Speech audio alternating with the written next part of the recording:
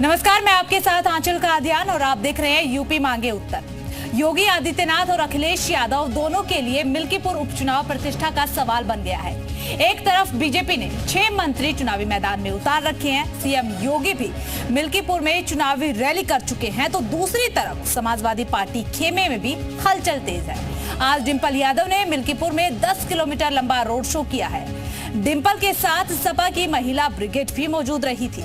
उपचुनाव में डिंपल यादव की एंट्री के जरिए महिला वोटर पुख्ता करना चाहती हैं। महिला वोटर के अलावा मिल्कीपुर में ब्राह्मण वोटर पर भी फोकस है दोनों ही दलों का। बीजेपी ने ब्राह्मण वोटर्स के साधने के लिए खब्बू तिवारी को जिम्मेदारी दी गई है। समाजवादी पार्टी का अगर जिक्र करें तो सपा से पवन पांडे ब्राह्मण वोट की गोलबंदी में जुटे हुए हैं। ऐसे में देखना ये होगा कि मिल्कीपुर में ब्राह्मण वोट किधर जाएगा। तो आज मिल्कीपुर उपचुनाव को लेकर ही चर्चा करेंगे, लेकिन उससे पहले आपको रिपोर्ट दिखाते हैं।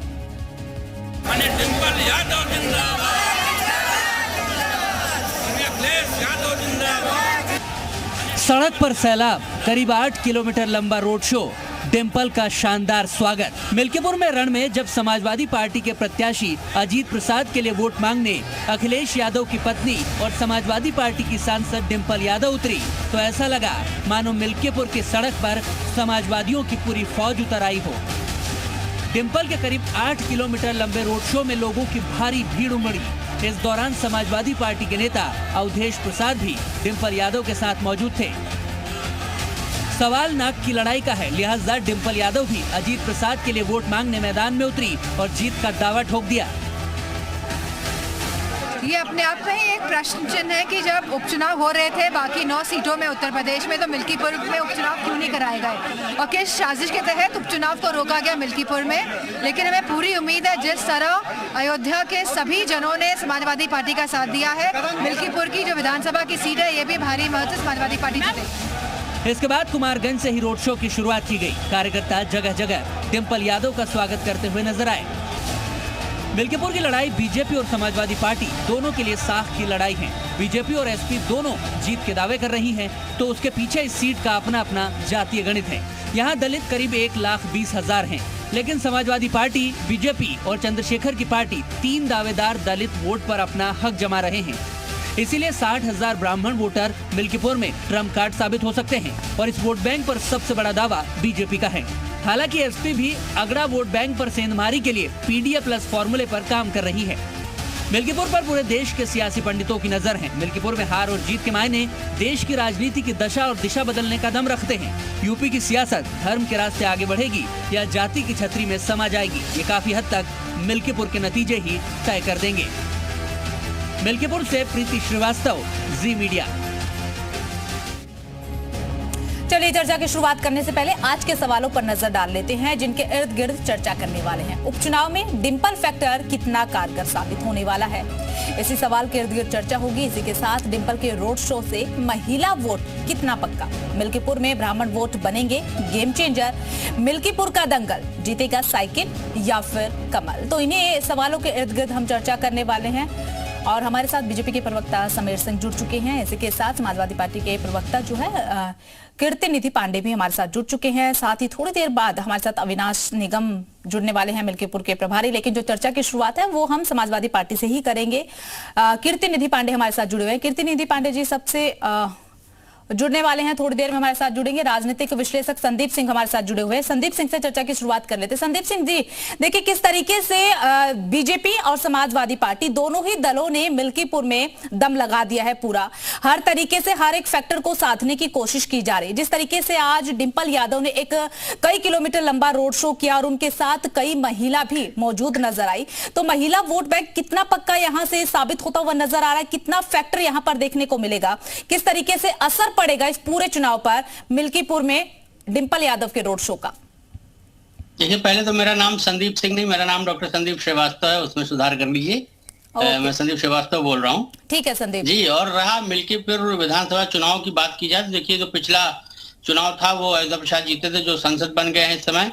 तो लेकिन उसके बाद जो आपने बात कही कि महिला सुरक्षा, तो महिला सुरक्षा के मामले की अगर बात की जाए या जो जितने भी अगर इन उत्तर प्रदेश के मुद्दों की बात की जाए, उन मुद्दों पर अगर समाजवादी पार्टी ने काम किया होता तो शायद जो परिणाम थे वो जिस तरह के परिणाम आपने उत्तर प्रदेश में देखे योगी आदित्यनाथ के आने के बाद, उस तरह के परिणाम आपको देखने को नहीं मिलते। इसका मतलब है कि भाजपा जो है वो इस बात पर जोर देती है, चाहे वो किसी भी तरीके का करप्शन हो, उस करप्शन को और उस तरीके के भ्रष्टाचार को या उस तरीके की हुड़दंगई को, महिलाओं के प्रति जिस तरीके का समाजवादी पार्टी के इस समय नेताजी नहीं, उनका नाम मुझे नहीं लेना चाहिए, लेकिन जिस तरीके का बयान उन्होंने दिया था कि लड़कों से गलती हो जाती थी, इस तरह के बयानों के बाद अगर आप कहेंगे, लेकिन जो भाजपा का जिस तरीके से रण क्षेत्र माना जाता है, मिल्कीपुर बहुत महत्वपूर्ण विधानसभा सीट मानी जाती है, ये देखिए आपने अपने इंट्रो में ही बता दिया है कि वहां पे जो ब्राह्मण मतदाता है वो बहुत महत्वपूर्ण है। और ब्रजेश पाठक जी के पहुंचने के बाद वो मतदाता मुझे लगता है कि शायद बीजेपी की तरफ ज्यादा टर्न आउट होगा, और जिस तरीके से वहां पे सिचुएशन है उसमें जो दलित मतदाता है, मुझे लगता है कि शायद उनका झुकाव भी इस बार भाजपा की ओर ज्यादा वनस्पत सपा को देखकर, जिस तरीके से अयोध्या में सीट उनकी लूज हुई है बीजेपी की, तो मुझे लगता है कि कहीं ना कहीं ये मामला महिला की सुरक्षा एक बड़ा मुद्दा हो सकता है। महिलाओं की सुरक्षा में बीजेपी कहीं भी किसी भी तरीके की कोताही नहीं बरतती है। तो मेरा अपना ऐसा मत है कि बीजेपी और समाजवादी पार्टी देखिए दोनों टक्कर के मुकाबले में है, लेकिन अगर बीजेपी के साथ ब्राह्मण मतदाता टर्न आउट होकर जुड़ जाता है तो ये सीट मुझे लगता है कि शायद कुछ हद तक मैं 70 और 30 कह सकता हूं कि 70 और 30 का मामला होगा, लेकिन अगर टर्न आउट बीजेपी की तरफ ब्राह्मण मतदाताओं का जाता है तो ये सीट कहीं ना कहीं बीजेपी की ओर जाती हुई दिखाई पड़ सकती है। चलिए ठीक है, संदीप जी आपका रुख करेंगे। हमारे साथ कीर्ति निधि पांडे समाजवादी पार्टी के प्रवक्ता जुड़ चुके हैं। कीर्ति निधि पांडे जी, सबसे पहले आपका स्वागत। और देखिए, स्वागत के साथ ही सवाल, पूरा का पूरा कुनबा समाजवादी पार्टी ने उतार दिया, पहले धर्मेंद्र, आज डिंपल यादव, और सुनने में आ रहा है कि 3 फरवरी को अखिलेश यादव भी पहुंचने वाले। क्यों जरूरत महसूस हो रही है? डर है कि योगी आदित्यनाथ की तरफ से जो ताबड़तोड़ रैलियां की जा रही है उसका? देखिए, समाजवादी पार्टी चुनाव लड़ती है तो पूरी मजबूती के साथ लड़ती है। सवाल योगी आदित्यनाथ का नहीं है। योगी आदित्यनाथ भारतीय जनता पार्टी के लिए प्रचार करेंगे, अपने उम्मीदवार की प्रचार कर रहे हैं। समाजवादी पार्टी के नेता आदरणीय अखिलेश यादव जी, डिंपल यादव जी, तो अयोध्या की जीत तुक्का नहीं थी, ये साबित करने के लिए पूरा कुनबा उतर गया है। नहीं, तुक्का का सवाल नहीं है। अभी एक समीक्षक हमारे साथी बोल रहे थे, मैं उनको सुन रहा था बड़ी गंभीरता से। देखिए, योगी आदित्यनाथ की सरकार रहते ही लोकसभा के चुनाव हुए उत्तर प्रदेश के अंदर, और समाजवादी पार्टी उत्तर प्रदेश के अंदर नंबर 1 की पार्टी बन गई, और जनता का प्यार और आशीर्वाद मिला। और जिस अयोध्या को लेकर के भारतीय जनता पार्टी ने पूरे देश में एक माहौल बनाने का प्रयास किया, उसी अयोध्या के लोगों ने उसी मर्यादा पुरुषोत्तम भगवान राम के आशीर्वाद से भारतीय जनता पार्टी को करारा जवाब देने का काम किया। आज डिंपल जी का रोड शो हुआ, अगल बगल नहीं, मिल्कीपुर के लोगों ने जो उत्साह, जो समर्थन, जो प्यार दिखाया उनके साथ, जो जनसैलाब था 10 किलोमीटर तक लंबा, वो ये साबित करता है कि मिल्कीपुर का चुनाव समाजवादी पार्टी जीतने जा रही थी। लेकिन भारतीय जनता पार्टी एन केन प्रकारेण जब से चुनाव घोषित है मिल्कीपुर की सीट को जीतना चाहती, और जहां जहां उपचुनाव में, लोकसभा के भी उपचुनाव जहां जहां हुए थे, सत्ता के दम पे जहां जहां भारतीय जनता पार्टी जीती, आम चुनाव में वहां चुनाव हार गई। तो सत्ता के दम पे भारतीय जनता पार्टी चुनाव जीतना चाहती है, डीएम और एसएसपी के भरोसे चुनाव जीतना चाहती है, पुलिस वालों के भरोसे चुनाव जीतना चाहती है। ठीक है समीर जी, आपने सुना ना, बीजेपी जो है सत्ता के दम पर, डीएम के दम पर, एसएसपी के दम पर चुनाव जीतना जानती है, अपने दम पर नहीं। नहीं, देखिए अचल जी, मैं 2-3 बातें कहूंगा। एक तो अभी मैं सुन रहा था समाजवादी पार्टी के प्रवक्ता को, कितनी हंसी आती है इन लोगों के बयानों पर। भाई 2014 में लोकसभा का चुनाव हुआ था तो समाजवादी पार्टी की सरकार थी, 2017 में विधानसभा का चुनाव हुआ था तो अखिलेश यादव मुख्यमंत्री थे और हार गए। सत्ता का दबाव, तो सत्ता का डीएम एसपी तो अखिलेश यादव का था, फिर क्यों हार गए अगर सत्ता से चुनाव जीता जा सकता था। 2022 का चुनाव हुआ विधानसभा का, भारतीय जनता पार्टी दोबारा सरकार में आ गई है। उत्तर प्रदेश के अंदर एक बड़ी घटना हुई, आज तक कोई भी सरकार रिपीट नहीं की थी कांग्रेस सरकार के बाद। एक लंबे समय बाद, 30-40 सालों बाद कोई सी सरकार ने दोबारा रिपीट किया। देखिए, सवाल इसका नहीं है समाजवादी पार्टी झूठ बोलती है, अभी प्रशासन का रोना रो रही है, और कल जो है ईवीएम का रोना ये रोएंगे कि साहब ईवीएम में गड़बड़ी हो गई, इस नाते भारतीय जनता पार्टी जीत गई। देखिए अचल जी, 2-3 बातें कहूंगा। सरकार की उपलब्धि, माननीय मुख्यमंत्री जी ने भारतीय जनता पार्टी की सरकार बनने के बाद योगी जी ने जिस प्रकार से काम किया 2017 से उत्तर प्रदेश के अंदर उन्होंने जिस प्रकार से, चाहे कानून व्यवस्था की बात हो, रोजगार की बात हो, समाजवादी पार्टी का कहना तो ये है ना कि अयोध्या की जनता के लिए काम नहीं किया, तभी तो रिजल्ट बदला। नहीं आज देखिए आंचल जी, रिजल्ट नहीं बदला। अभी ये 2024 की चर्चा कर रहे थे, मैं आपको याद दिलाना चाहता हूं 2004 में जब लोकसभा का चुनाव हुआ था, मुलायम सिंह यादव मुख्यमंत्री थे और उत्तर प्रदेश में समाजवादी पार्टी 35 सीट जीती थी। और जब 2007 में विधानसभा का चुनाव हुआ, अयोध्या का सिर्फ अयोध्या का जिक्र कीजिए। नहीं, मैं राजनीतिक चर्चा कर रहा हूं ना, अयोध्या में। लेकिन हम तो मिल्कीपुर को लेकर के बात कर रहे हैं ना सर। नहीं, मिल्कीपुर को लेके बात कर रहे हैं, उसी पर बात कर रहे हैं। देखिए 24 का झूठ अब नहीं चलने वाला है। अभी पिछले दिनों बाई इलेक्शन हुआ, कौन जीता? भारतीय जनता पार्टी जीती। और मैं 2 सीटों का उल्लेख करना चाहता हूं, मैनपुरी की करहल और मुरादाबाद की कुदरकी, जहां से डिंपल यादव स्वयं सांसद है। आपने कहा डिंपल यादव का कमाल हो जाएगा। जिस सीट पर अखिलेश यादव 70,000 से जीते थे, उस सीट पर समाजवादी पार्टी मात्र 14,000 से जीत पाई। कुदरकी में समाजवादी पार्टी की जमानत जब्त हो गई।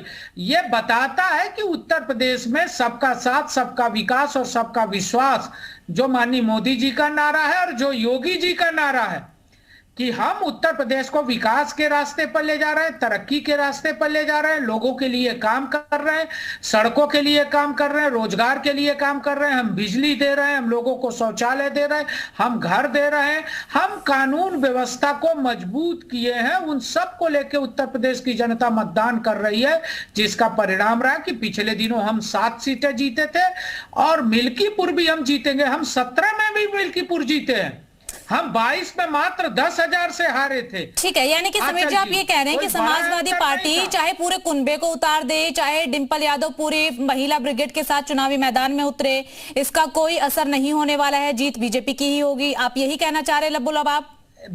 बिल्कुल जनता भारतीय जनता पार्टी के साथ है। मुख्यमंत्री कीर्ति निधि पांडे जी, सुन लिया आपने, आज डिंपल यादव पूरी महिला ब्रिगेड के साथ चुनावी मैदान में उतरी, लंबा रोड शो किया, तमाम आरोप भी लगाए गए, तमाम बयान भी उनके सामने आए, लेकिन बीजेपी का साफ यही कहना कि कोई असर नहीं होने वाला है मिल्कीपुर की जनता पर। देखिए, बीजेपी 2024 के लोकसभा चुनाव में यही साथी प्रवक्ता जो भारतीय जनता पार्टी के कई डिबेट्स में कहते थे 80 की 80 हम जीत रहे हैं, तो झूठ बोलना किसकी फितरत है सबको पता है। और भारतीय जनता पार्टी का तो सदैव चरित्र भी दोहरा रहा है, झूठ बोलने के आदी रहे हैं। कल जब कुंभ की घटना में भी उत्तर प्रदेश के मुख्यमंत्री झूठ बोल रहे थे, सबको गुमराह कर रहे थे, तो इस तरीके की बात तो शंकराचार्य ने कहा कि उत्तर प्रदेश के मुख्यमंत्री झूठ बोल रहे थे, शंकराचार्य जी ने कहा, और सभी चैनलों पे वो खबर भी चल रही। तो इसलिए कौन झूठ बोला कौन सच बोला इसका फैसला तो जनता कर रही है। और मुझे पूरा भरोसा है मिल्कीपुर के अंदर जो जनसैलाब आज उमड़ा, ये वो लोग थे जो उत्साहित नौजवान, बुजुर्ग, महिलाएं, सब लोगों ने डिंपल जी के रोड शो में भागीदारी सुनिश्चित करके सुनिश्चित किया है कि मिल्कीपुर में अजीत प्रसाद जी चुनाव जीतने जा रहे। अब भारतीय जनता पार्टी बचाना क्या चाहती है? एन केन प्रकारित। और मैं बात जो कह रहा हूं कि लगातार प्रशासन दबाव बना रहा है, कोई गलत नहीं। चुनाव घोषित होने के दिन से किस तरीके से जाति वर्ग के लोगों को इलेक्शन बूथों से हटाए गए, किस तरीके से थानेदार और सीओ पोस्ट किए गए, किस तरीके से हमारे कार्यकर्ताओं पर लगातार मुकदमे लिखे जा रहे हैं, उनको नोटिस दी जा रही है, किस तरीके से हमारे समर्थक प्रधान और जो प्रधान का चुनाव हारे हैं उनको थानेदार धमकी दे रहे हैं, किस तरीके कोटेदारों के माध्यम। इस पर क्या कहेंगे कीर्ति निधि जी? बीजेपी ने कहा है कि समाजवादी पार्टी की जमानत जब्त हो जाएगी। भारतीय जनता पार्टी मुगालते में है। मैं बता रहा हूं ना कि यही भ्रम था इनको कि राम लला के प्राण प्रतिष्ठा के बाद 80 की 80 जीतेंगे, इसी भ्रम में थे। और भगवान राम ने अपने ही नगरी में इनका डब्बा गोल कर दिया, क्योंकि किसानों के जिसके जमीन अधिग्रहित किया सरकार ने उनको मुआवजा नहीं मिल पाया, वो आज भी किसान भटक रहा है, नौजवान अयोध्या के अंदर भटक रहा है। हाँ, ये जरूर है कि जो भारतीय जनता पार्टी के बड़े मित्र हैं, उद्योगपति है, उनको अयोध्या में व्यापार करने का अवसर मिल गया, बड़े बड़े होटल स्थापित हो गए, लेकिन अयोध्या वासी आज भी परेशान है। और वो भारतीय जनता पार्टी को इस बार भी सबक सिखाने का काम मिल्कीपुर के चुनाव में करेंगे। ठीक है, समीर जी से जवाब लेंगे, लेकिन उससे पहले अविनाश निगम का रुख कर लेते हैं। प्रभारी मिल्कीपुर आजाद समाज पार्टी से हमारे साथ जुड़ चुके हैं। आजाद समाज पार्टी ने भी अपना प्रत्याशी जो है वो चुनावी मैदान में उतार दिया। मुकाबले को त्रिकोणीय करने की जो कोशिश वो की गई है, लेकिन आज डिंपल यादव पूरे काफिले के साथ, महिला ब्रिगेड के साथ पहुंची हुई थी। किस तरीके से अविनाश जी देखते हैं? अवनीश जी माफ कीजिएगा। देखिए, रोड शो तो जैसा भी रहा है, उनके लोग, उनके समर्थक दूर दूर से बुलाए गए लोग थे, लेकिन आप उस चीज पे चर्चा करिए। कल हमारे राष्ट्रीय नेता चंद्रशेखर आजाद जी की रैली थी, उसमें जो है लोकल लोग, सैकड़ों कार्यकर्ता और हजारों की जनसंख्या में लोग मौजूद रहे, और यहाँ की लोकल जनता चाहती है इस बार परिवर्तन, और हम लोग भाई चंद्रशेखर आजाद जी के नेतृत्व में चुनाव लड़ रहे हैं। हमारा प्रत्याशी भी यहाँ का लोकल है, और ये चुनाव हम लोग एक तरफा जीतने जा रहे हैं। किस आधार पर आप ये बात बोल रहे हैं कि एक तरफा जीतने जा रहे हैं? क्या मुद्दे हैं आपके? देखिए, हमारे यहाँ लोकल के मुद्दे हैं, ना तो हमारे किसी धार्मिक से मतलब है, ना ही तो धार्मिक से किस पार्टी को मतलब है? धार्मिक को किस पार्टी से मतलब है? पार्टी कोड कर दीजिए, किस पार्टी को मतलब है धार्मिक? पार्टी, देखिए आप ये अच्छे से जानते हैं कि किस पार्टी से है, लेकिन हम, आप जिक्र कर रहे हैं ना, आप नाम ले दीजिए पार्टी का। हमारे साथ सब बैठे हुए हैं, पूछ लेते हैं हम। नहीं, जो धार्मिक मुद्दों पे जो चुनाव लड़ते हैं, जो संविधान का नाम लेके जनता को ठगने का काम किए हैं, वो लोग अच्छे से जानते हैं। किस तरफ इशारा है आपका अवनीश जी? वही तो जानने की कोशिश कर रहे हैं। खुलकर बोलिएगा, ये मंच आप सभी के लिए ही है, खुलकर बोलिए, किस तरफ इशारा कर रहे हैं आप? हम इशारा तो किसी की तरफ नहीं कर रहे हैं, आप लोग सभी लोग जान रहे हैं। और बीजेपी और सपा के लोग जिस तरीके से यहाँ पर माहौल गड़बड़ाए हैं और अपने अपने पक्ष में लाने के, जनता को बरगलाने की कोशिश कर रहे हैं, इस बार इस मिल्कीपुर की जनता किसी के बहकाव नहीं आएगी, और एक नए विकल्प के रूप में आजाद समाज पार्टी को विधायक चुनने जा रही है उसके प्रत्याशी को। ठीक है, समीर जी आपने सुना ही होगा अवनीश जी को, कहीं ना कहीं इशारा जो है वो बीजेपी की तरफ ही है उनका, हालांकि वो खुलकर बोल नहीं रही हैं। नहीं, देखिए आंचल जी, वो जिसकी तरफ इशारा कर रहे हैं वो समझ रहे हैं, वो समाजवादी पार्टी की तरफ इशारा कर रहे हैं। तो आप कहना चाहते हैं समाजवादी पार्टी धर्म के आधार पर चुनाव लड़ रही है? नहीं, समाजवादी पार्टी ने झूठ बोला था संविधान के नाम पर, हमने कभी झूठ नहीं बोला। देखिए, संविधान के नाम पर बाबा साहब भीमराव अंबेडकर जी का सम्मान सर्वाधिक भारतीय जनता पार्टी की सरकार, माननीय नरेंद्र मोदी जी की सरकार ने किया, योगी जी की सरकार ने किया। हमने अंबेडकर जी के पंच तीर्थों का विकास किया, विदेशों में जो थे उनका भी विकास किया, और देश में जो थे उनका भी विकास किया। अंबेडकर जी को नकारने का काम किसने किया? समाजवादी पार्टी ने। समाजवादी पार्टी के नेता ने कहा हम सरकार में आएंगे तो अंबेडकर स्मारक के अंदर तोड़ देंगे, उसको क्या बनाएंगे। ये किसने कहा था? ये पूरा देश जानता है। सबसे ज्यादा अंबेडकर मूर्तियां तोड़ी गई समाजवादी पार्टी की सरकार में। सबसे ज्यादा दलित उत्पीड़न की मुकदमे दर्ज हुए समाजवादी पार्टी की सरकार में। आजम खान ने क्या कहा था अंबेडकर जी के बारे में, ये किसी से छुपा नहीं।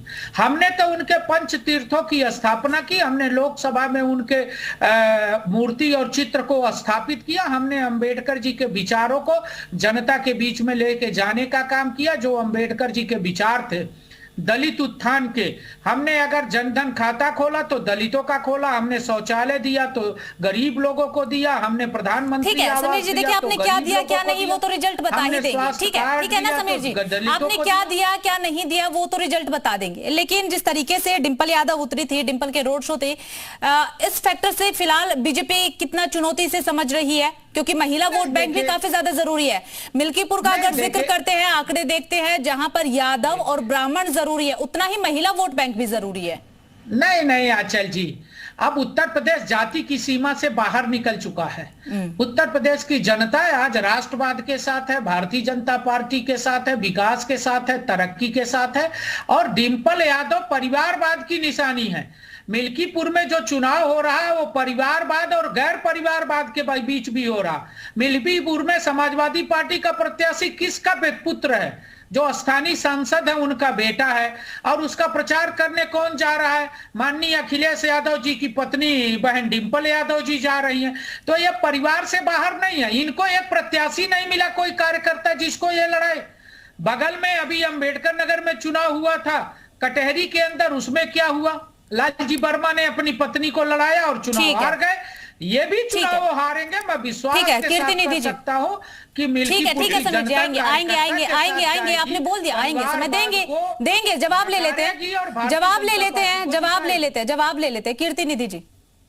देखिए, बाबा साहब भीमराव अंबेडकर जी की चर्चा कर रहे थे, पंचतीर्थों की बात कर रहे थे, लेकिन बाबा साहब भीमराव अंबेडकर ने देश को जो संविधान दिया और जिस संविधान से दलित समाज के लोगों को आरक्षण मिला, पिछड़े समाज के लोगों को आरक्षण मिला, उस आरक्षण को भारतीय जनता पार्टी लगातार समाप्त कर रही है। लेकिन वो तो कह रहे हैं ना कि मूर्ति तोड़ने का काम तो आपकी पार्टी ने कर दिया। कौन सा आरक्षण समाप्त किया, जरा पूछ लीजिए आंचल जी, आप बताओ ना कीर्ति निधि जी, कौन सा आरक्षण हमने समाप्त कर दिया, आरोप लगा रहे हो, कौन सा आरक्षण बताओ ना भैया, कौन सा आरक्षण बता दो ना। अभी तुमने शुरू किया बताना, सुन तो लीजिए धैर्य से। हाँ बताइए ना। चलिए ठीक है समीर जी, ठीक है धैर्य बनाइए, समीर जी बता रहे हैं, बताइए कीर्ति निधि जी, कौन सा आरक्षण खत्म किया बीजेपी की तरफ से? देखिए उन्होंने तो कई मूर्तियां गिनवा दी जो आपने तोड़ी। अरे मैं बता रहा हूं, सरकारी संस्थाओं का निजीकरण करके लगातार आरक्षण समाप्त करने की साजिश भारतीय जनता पार्टी कर रही है। और उत्तर प्रदेश के अंदर संस्था का निजीकरण किया, संस्था का नाम बता दीजिए। अरे सुन तो लीजिए ना, रेलवे का निजीकरण हो रहा है, संस्था का नाम बता दीजिए ना। रेलवे के अंदर लगातार निजीकरण हो रहा है, 4th क्लास के तमाम पदों पर निजीकरण हो रहा है, लगातार पद समाप्त किए जा रहे हैं। आप सुनिए तो, उत्तर प्रदेश के 69,000 शिक्षकों की भर्ती में जो 6800 दलित और पिछड़े समाज के बच्चे थे, जिसके लिए आपके द्वारा गठित, मोदी जी द्वारा गठित पिछड़ा वर्ग आयोग के अध्यक्ष ने उत्तर प्रदेश के मुख्यमंत्री को पत्र लिखा था कि पिछड़े और दलित समाज का आरक्षण नहीं मिल पाया, पूरा उनको दे दिया जाए। वो आज तक भटक रहे विद्यार्थी पिछड़े और दलित समाज के, ये आपकी सरकार की देन है जो उनका आरक्षण दलित। अरे आपने क्या किया था बताओ ना दलितों पिछड़ों के लिए, आप अपनी सरकार की उपलब्धि बता दो। आपने यूपी पब्लिक सर्विस कमीशन में एक यादव को चेयरमैन बनाया था, उस यादव ने पता है क्या किया, उस यादव ने पता है क्या किया, 86 में 56 यादव पीसीएस बनाया था उसने, जो बलात्कारी था, जो छेड़खानी का आरोपी था, जो छेड़खानी का आरोपी यादव पब्लिक सर्विस कमीशन का चेयरमैन था, उसने 86 में 56 यादव पीसीएस बनाया था। भाई आप बताओ ना आपने क्या किया, हमने कौन सा बदल दिया आरक्षण? चलिए ठीक है, आरोप प्रत्यारोप ऐसे ही लगते रहेंगे। ठीक है समीर जी, एक सवाल ये रहेगा आपसे, देखिए महिला वोट बैंक जरूरी है, इस बात को डिनाई नहीं किया जा सकता है, दरकिनार बिल्कुल नहीं किया जा सकता। समाजवादी पार्टी ने तो आज डिंपल यादव को उतार दिया पूरा महिला ब्रिगेड के साथ, आपकी पार्टी की तरफ से तो एक भी महिला नजर नहीं आ रही है। किस तरीके से महिला वोट बैंक को साधा जाएगा, या महिला वोट बैंक जरूरी नहीं समझती बीजेपी? आंचल जी, जिस पार्टी के नेता ने एक महिला, एक बहन जो पिछड़ी समाज की थी, मुईद खान कहाँ का था, वही अयोध्या का था, जिसने बलात्कार किया था, जो जेल गया, समाजवादी पार्टी का नेता था। और एक दलित बच्ची के साथ बलात्कार करने वाला समाजवादी पार्टी का नेता, उसको न्याय कब मिलेगा? समाजवादी पार्टी ने उसको निकाला भी नहीं, समाजवादी पार्टी ने मुईद खान को निकाला भी नहीं, जो एक दलित और पिछड़ी बच्ची के साथ बलात्कार का दोषी है। डिंपल यादव ने एक बयान भी नहीं दिया।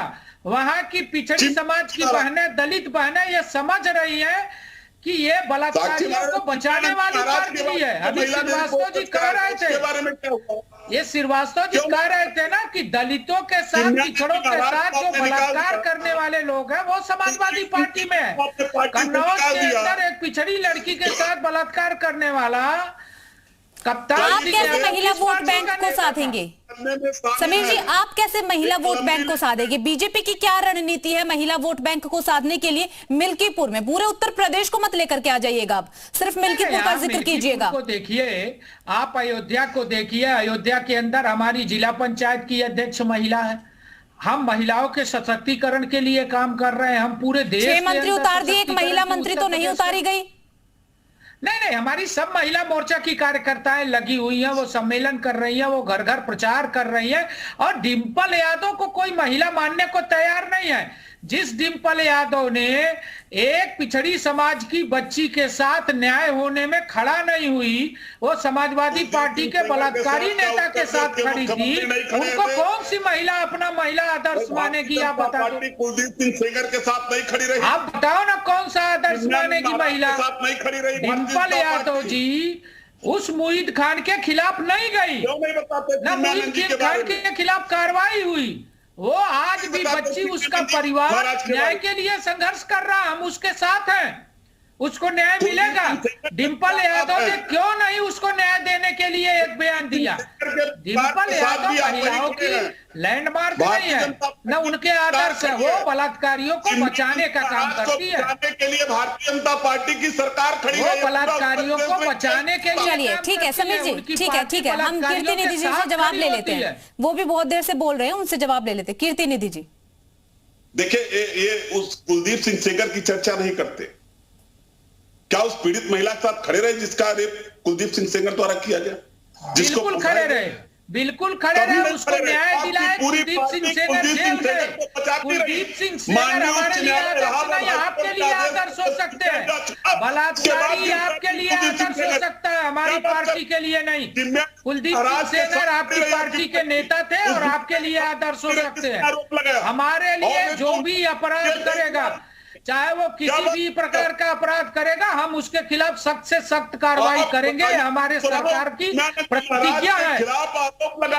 आपकी प्रतिबद्धता है बलात्कारियों के साथ खड़ा होना, गुंडों के साथ खड़ा होना, माफियाओं के साथ खड़ा होना, मुईद के साथ खड़ा होना, कप्तान सिंह यादव के साथ खड़ा होना। वहाँ मित्र सेन यादव भी है, वहाँ आनंद सेन यादव भी है। आज आनंद सेन यादव के बारे में पता कर लीजिएगा अचल जी। जनता पार्टी आईटी सेल का पदाधिकारी का भी ठीक है समीर जी, अब थोड़ी शांति बना लीजिए समीर जी, उन्हें बोलने का मौका तो दीजिए। अब थोड़ा सा रुक जाइए, हर एक चीज पे जवाब ले लेते हैं, फिर आपके पास जरूर लौटेंगे।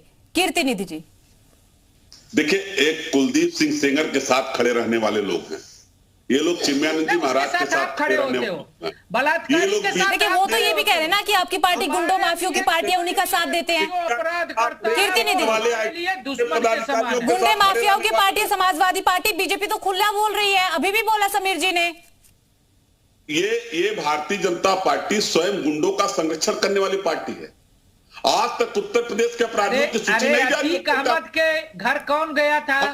मुख्तार अहमद के मजार पर फातिया पढ़ने कौन गया था? मैं एक दर्जन नाम बता दूंगा। गुंडा माफियाओं को संरक्षण करते हो, रोते हो आप। आपके नेता रो रहे थे जाके मजार पे, किसके लिए? माफिया के लिए। चलिए ठीक है, संदीप श्रीवास्तव का रुख कर लेते हैं। संदीप जी, आपने बीजेपी, आजाद समाज पार्टी और समाजवादी पार्टी सभी को सुना होगा, और जिस तरीके से हलचल मिल्कीपुर में देखने को मिल रही है, फिलहाल किस तरीके के समीकरण आपको समझ में आते हैं?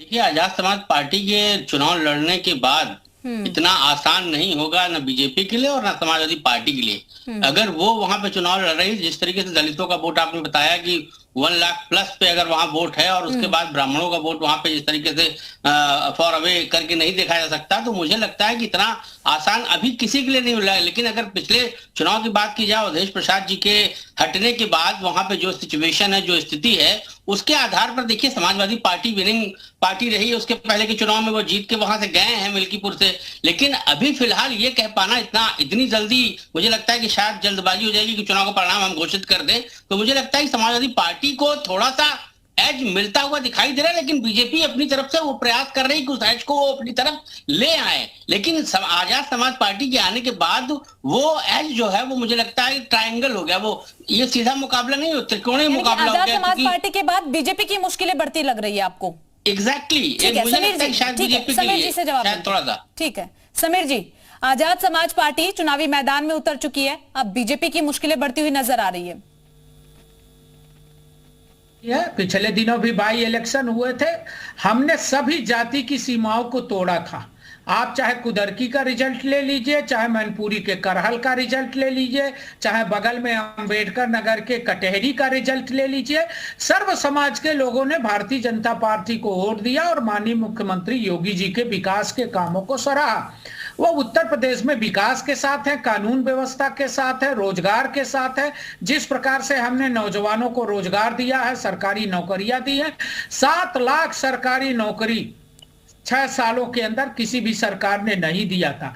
लगभग 2 लाख पुलिस की भर्ती हमने किया है। 60,000 पुलिस की भर्ती में दौड़ और खेल कूद चल रहा है। दौड़ जिस दिन पूरा हो जाएगा वो सब पुलिस की भर्ती ट्रेनिंग करके आ जाएंगे। तो एक बड़े पैमाने पर हमने नौजवानों को रोजगार दिया है, सरकारी नौकरी दी है, विश्वास है कि जो आपने विकास किया है, नौकरियां दी है, उसके दम पर आप मिल्कीपुर में चुनाव जीत लेंगे। स्वास्थ्य को बढ़ाया और नहीं समीर जी, जो आप ये बड़े बड़े दावे यहाँ कर रहे हैं कि हमने ये दिया, हमने वो किया, आपको लग रहा है कि विकास और नौकरियों के दम पर आप चुनाव जीत लेंगे मिल्कीपुर में? बिल्कुल जीत लेंगे। विकास उत्तर प्रदेश की जनता पसंद कर रही है। हम पहले भी जीते हैं, हम 14 भी जीते, हम 17 भी जीते, हम 22 भी जीते, हम 24 में फिर लोकसभा में सरकार बनाए बड़ी बहुमत के साथ। हम 22 इलेक्शन जीते, 7 सीटें हमने जीतने में कामयाबी प्राप्त की 9 में से। और अगर एक अलग से हो रहा है, इसको भी हम जीतेंगे। हम 2017 में भी मिल्कीपुर जीते थे और 2022 तो आप आजाद समाज पार्टी को कोई कंपटीशन ही नहीं मान रहे हैं? हाँ समीर जी, आप आजाद समाज पार्टी को कोई कंपटीशन ही नहीं मान रहे हैं, उसे गिन ही नहीं रहे हैं? देखिए आंचल जी, हम राजनीति में हर चुनाव को हम चुनौती मानते हैं। हम कार्यकर्ता आधारित दल हैं। हम अपने नीतियों के आधार पर, हम अपने सरकार के मुख्यमंत्री माननीय योगी जी के काम के आधार पर हम समाज में जा रहे हैं, हम घर घर संपर्क कर रहे हैं और हम निश्चित रूप से आपको विश्वास दिलाना चाहते हैं, हम जनता को भी विश्वास दिलाना चाहते हैं कि हम बड़े पैमाने किस तरीके से समीर जी कह रहे हैं। जी, वो तो कहने के लिए सारे लोग कह रहे हैं और इनके जो वरिष्ठ साथी हमारे, वो आपने डिबेट में काफी चीजें कह रहे हैं, लेकिन किसी ने इस बात का जिक्र नहीं किया कि मिल्कीपुर में लोग घर घर घूम रहे हैं, गली गली में घूम रहे हैं वोट मांगने के लिए, लेकिन इस चीज का जिक्र नहीं किया कि महिलाएं अभी तक जो महिलाएं हैं उनके लिए क्या किया, शौचालय तक नहीं बने हैं, रोडें खराब है, इस चीज पे लोग। चलिए ठीक है, आप सभी का बहुत बहुत शुक्रिया अपना कीमती समय देने के लिए। तो मिल्कीपुर की सीट पर घमासान मचा हुआ है। तमाम पार्टियां यहाँ पर जो है चुनावी मैदान में उतरी हुई है और दमखम के साथ पूरी जंग का सामना किया जा रहा है। फिलहाल यूपी मांगे उत्तर में सिर्फ इतना ही। बाकी तमाम बड़ी खबरों के लिए बने रहिएगा।